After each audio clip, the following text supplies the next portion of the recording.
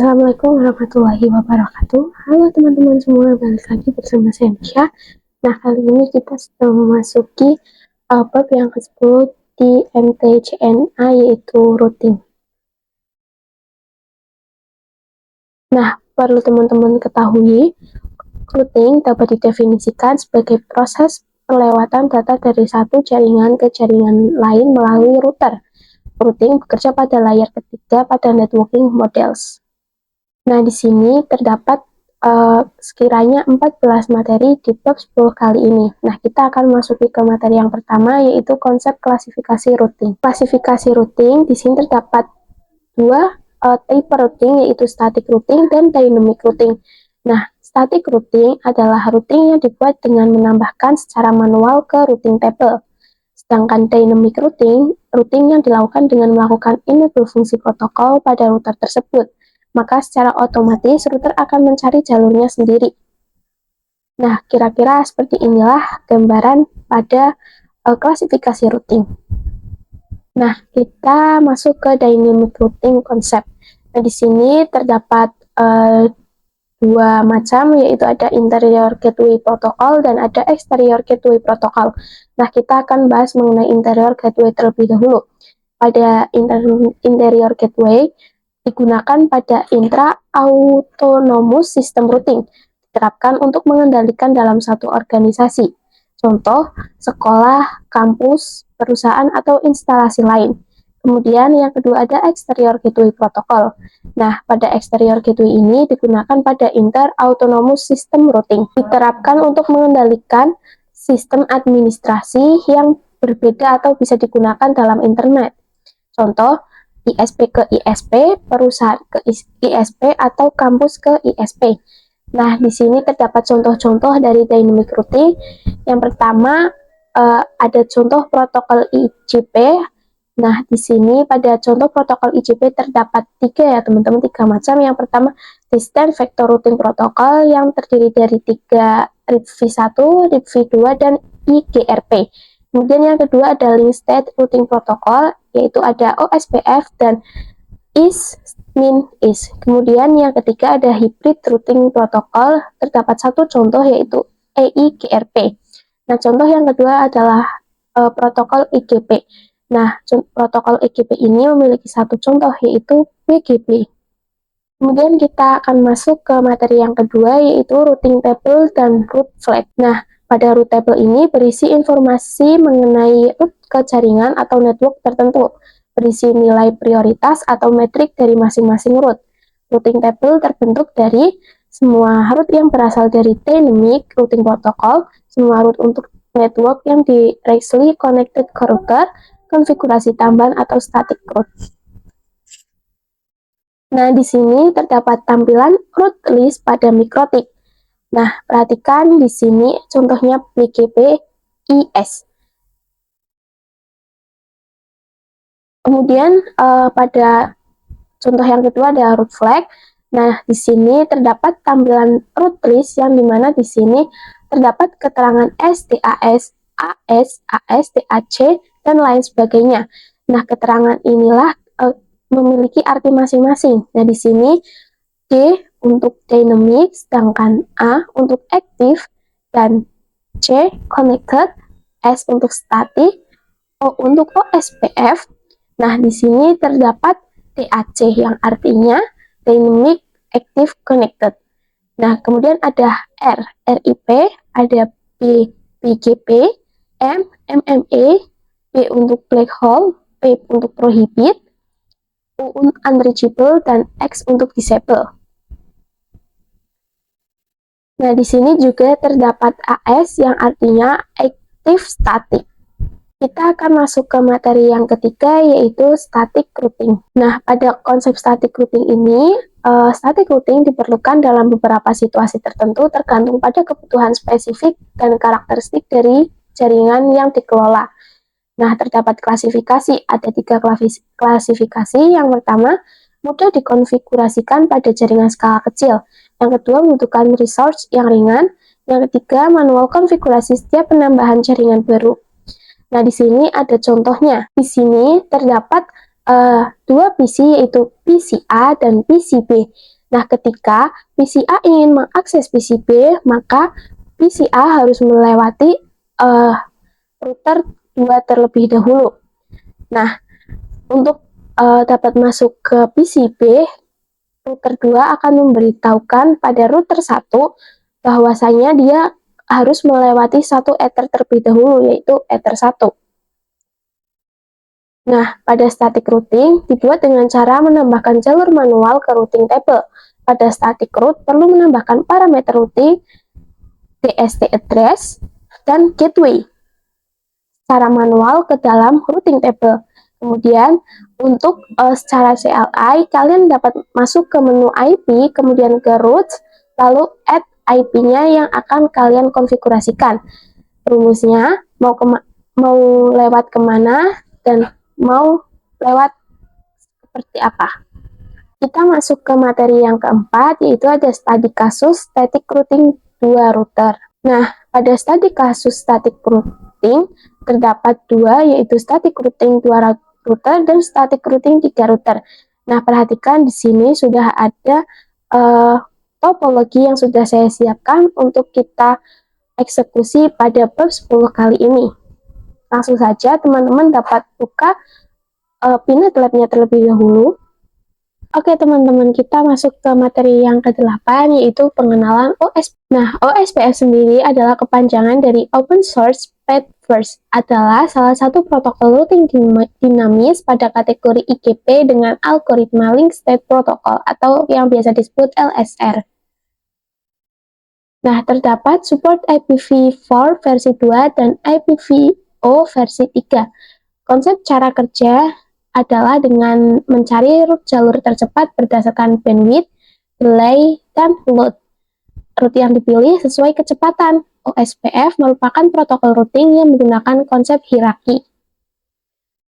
Kemudian tujuan pada OSPF ini adalah memecah topologi jaringan menjadi unit-unit yang lebih kecil atau biasa disebut area untuk mengurangi overhead protokol routing dan meningkatkan efisiensi perutean.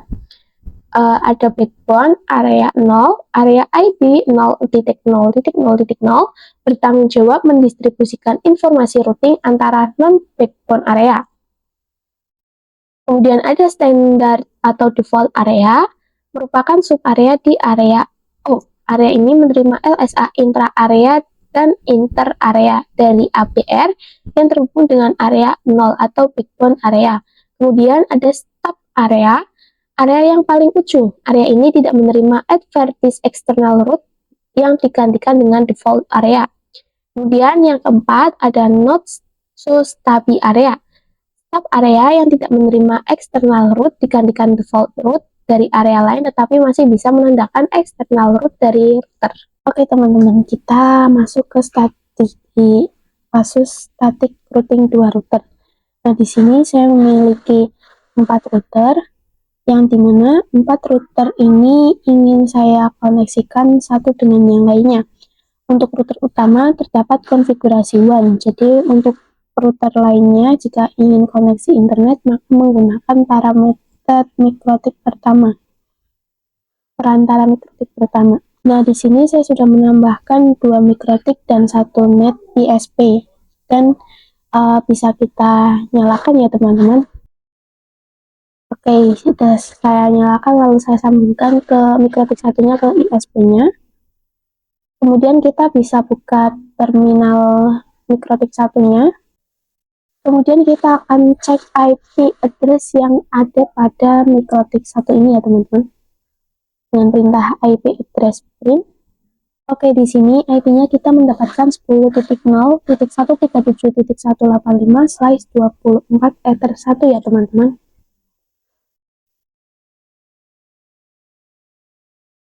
Jika sudah, kita dapat mengedit kabel konsolnya. Kemudian pada label kita beri DHCP titik 2, kemudian IP yang kita dapatkan di mikrotik 1 tadi ya teman-teman, 10.0.137.0.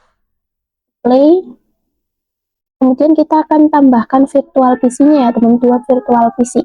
Dan jika sudah kita save, Lalu kita bisa menghubungkan kabel konsol mikrotik 1 ke mikrotik 2. Selanjutnya, hubungkan mikrotik 1 ke VPC 1 dan juga mikrotik 2 ke VPC 2.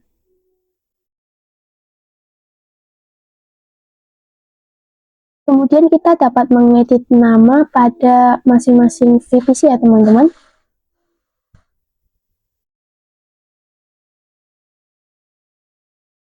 Jika sudah, di sini saya telah menyediakan berbagai macam IP untuk masing-masing ethernya. Untuk nantinya kita bisa saling berkomunikasi antara VPC 1 dan VPC 2 dan juga sebaliknya.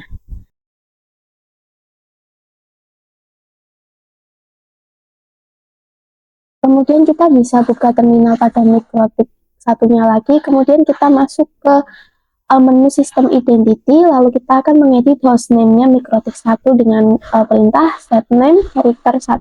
Kemudian kita print. Oke, di sini sudah berhasil ya.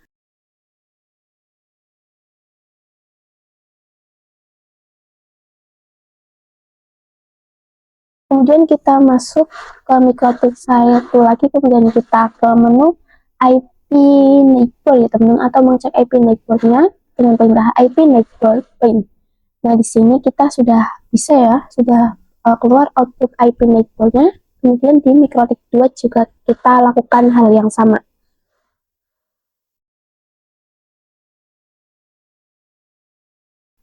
Kemudian kita bisa buka command prompt.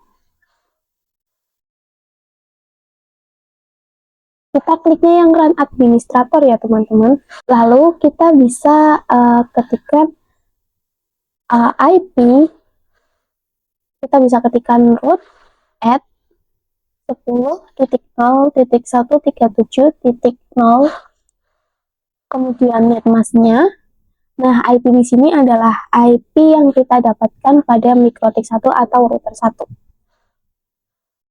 Kemudian IP pada Pinet Lab-nya kita ya teman-teman. Jika sudah kita klik OK, nah kita akan coba ping ke IP router satunya, yaitu ping 10.0.137.185.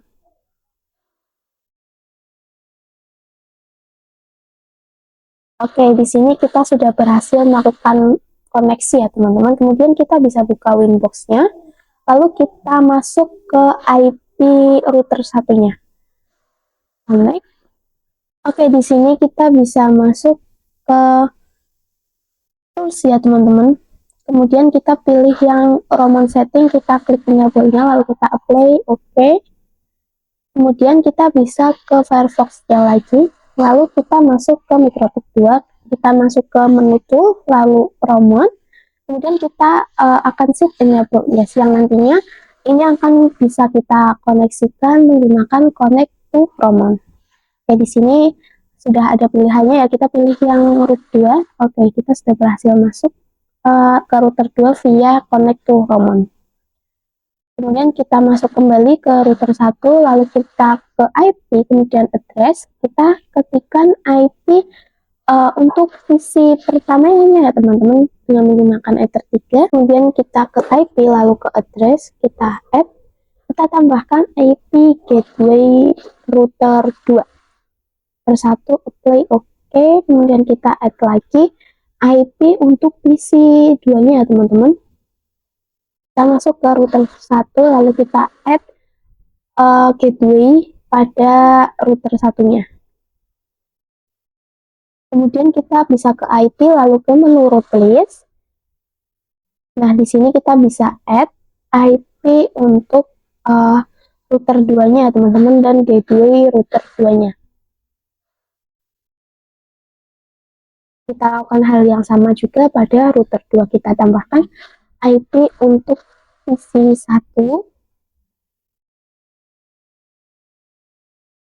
Nah, di sini terdapat AS yang artinya aktif statik ya teman-teman. Dan kita bisa buka terminalnya, lalu kita coba ping ke IP 192.168.1.1. Nah, kita sudah berhasil ya teman-teman. Artinya VPC 2 kita sudah berhasil terkoneksi ke VPC 1.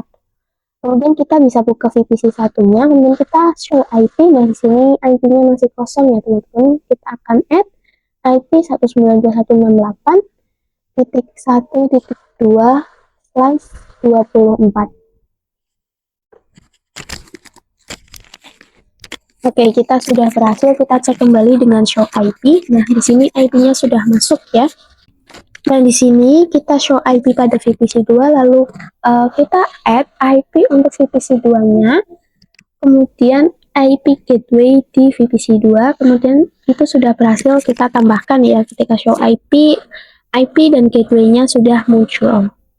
Kemudian kita coba ping ke IP servernya atau IP gateway-nya teman-teman. Nah, itu tadi sudah berhasil. Oke, kita sudah masuk ke materi selanjutnya atau studi kasus selanjutnya. Ada static routing 3 router. Oke, langsung saja kita ke pengujiannya.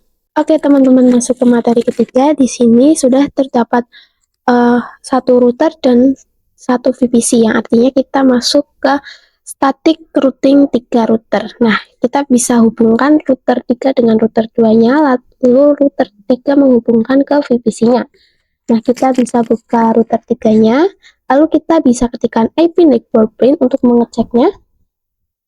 Kemudian kita masuk ke sistem identity untuk mengganti hostname-nya, teman-teman. Kemudian kita masuk ke menu tools, Roman, lalu set enable. Nah, kita masuk ke router 3 menggunakan connect to Roman.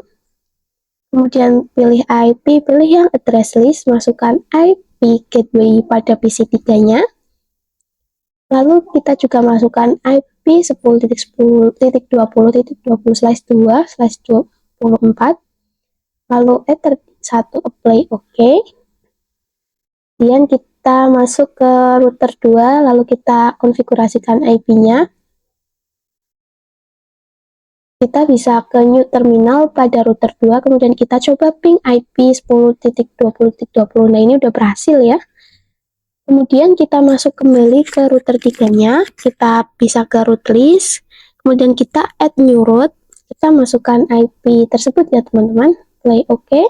Oke, kita masukkan lagi IP 10.10-nya, lalu kita bisa masuk ke router 3, kita bisa ke menu IP, kemudian route list, lalu kita tambahkan seperti di video tersebut.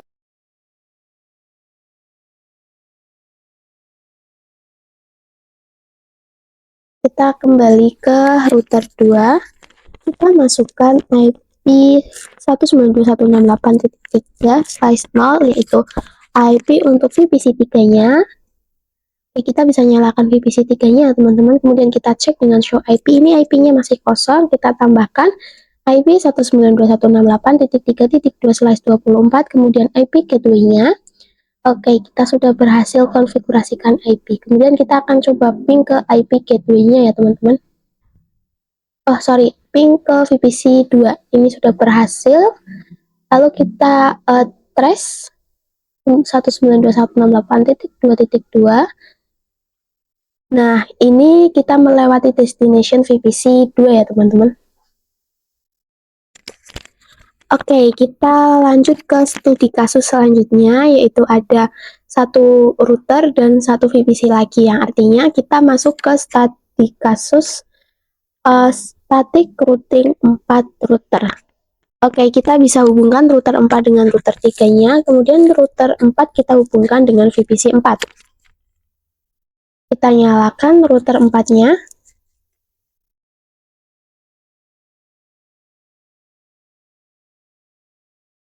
Kemudian kita bisa ketikkan seperti mikrotik sebelumnya, IP network pin, masuk ke sistem identity untuk men-setting hostname-nya menjadi router 4. Oke, kita akan tambahkan label pada masing-masing kabelnya teman-teman, agar kita mudah untuk melakukan konfigurasinya. Kemudian kita akan masuk ke tool Roman agar kita bisa koneksi router 4 menggunakan connect to Roman ya. Kita masuk, kita pilih yang router 4, kita klik di connect to Roman. Oke, kemudian kita bisa ke menu IP, route list, ke menu IP, kemudian address, lalu kita tambahkan IP 10.30.30.1/24. Kita tambahkan lagi, kita masuk ke router 4. Kita add IP dari untuk IP gateway VPC 4-nya. Kemudian IP 10.30.30.2. Oke, kita ke router 3, lalu kita login ke router 4-nya lagi. Kita bisa ke root list, kita tambahkan new root ya teman-teman.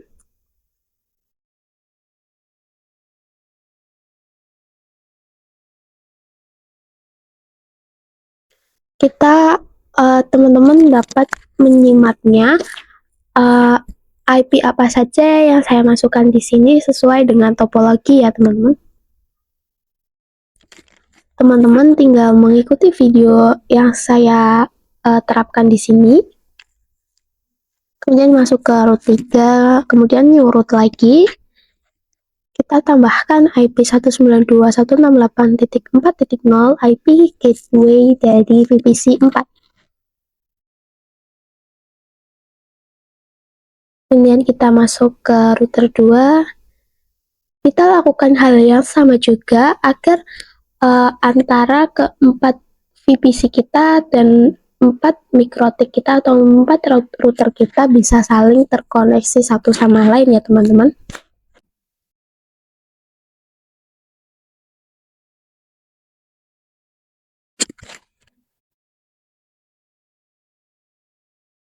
Oke, kemudian pada root 1 ini kita juga menambahkan beberapa konfigurasi ya teman-teman. Kemudian kita masuk ke VPC 4-nya, lalu kita bisa tambahkan konfigurasikan IP 192.168.4.2, kemudian IP gateway-nya. Show IP di sini kita sudah ada IP-nya, kemudian kita coba ping ke VPC 2.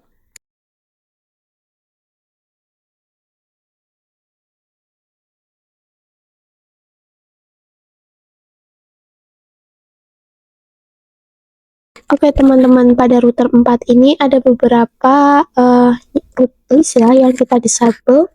Router 3 kita buka. Nah, di sini pada kita ke router 3, lalu kita buka terminalnya, kita coba ping ke IP 10.30.30.2. Itu tidak bisa ya teman-teman. Kemudian kita coba ketikkan IP root, masuk ke menu IP root, kemudian print. Nah, di sini terdapat beberapa root ya teman-teman, IP root yang telah kita berhasil konfigurasikan.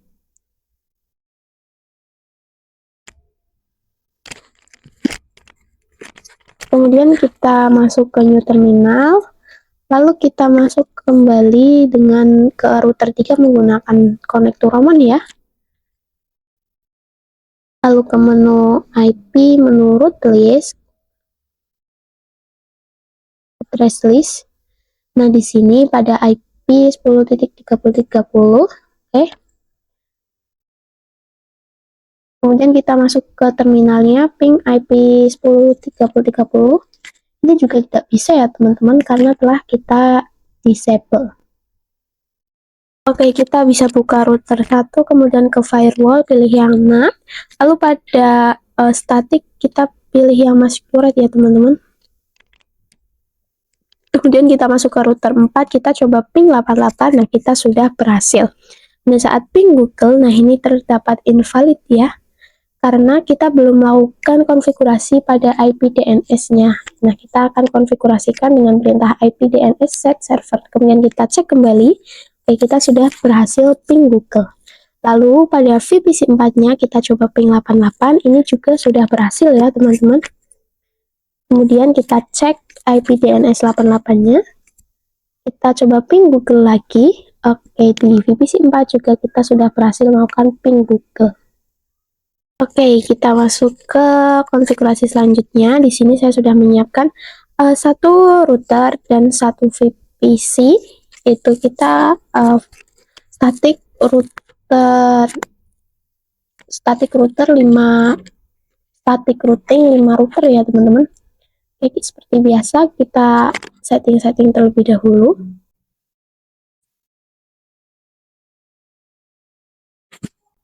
Lalu kita masuk ke router 1 pada yang terperintahnya AS atau aktif statik, kita enable semuanya dulu ya teman-teman, disable semuanya terlebih dahulu. Kemudian kita masuk ke router pada router 2, kita lakukan semuanya di masing-masing router kita ya.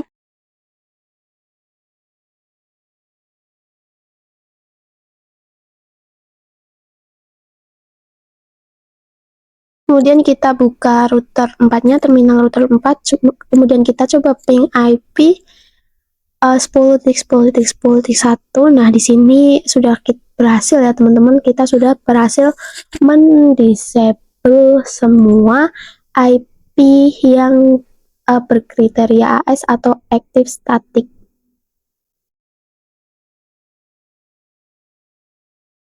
Oke, kita coba ping 192.168.2.1 SRC address. Nah, oke, sudah berhasil.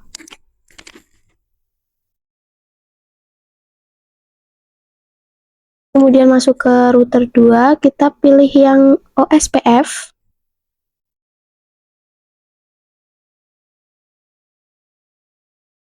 Kemudian kita masuk ke instance. Nah, di sini terdapat router ID 00 ya teman-teman, atau default. Lalu pada reduce default remote-nya terdapat 4.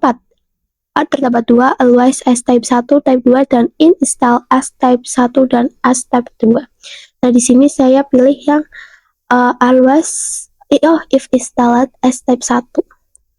Kemudian kita masuk ke Firefox-nya kembali. Lalu kita nyalakan micro router 5 dan VPC 5-nya. Kemudian kita coba buka router 5-nya.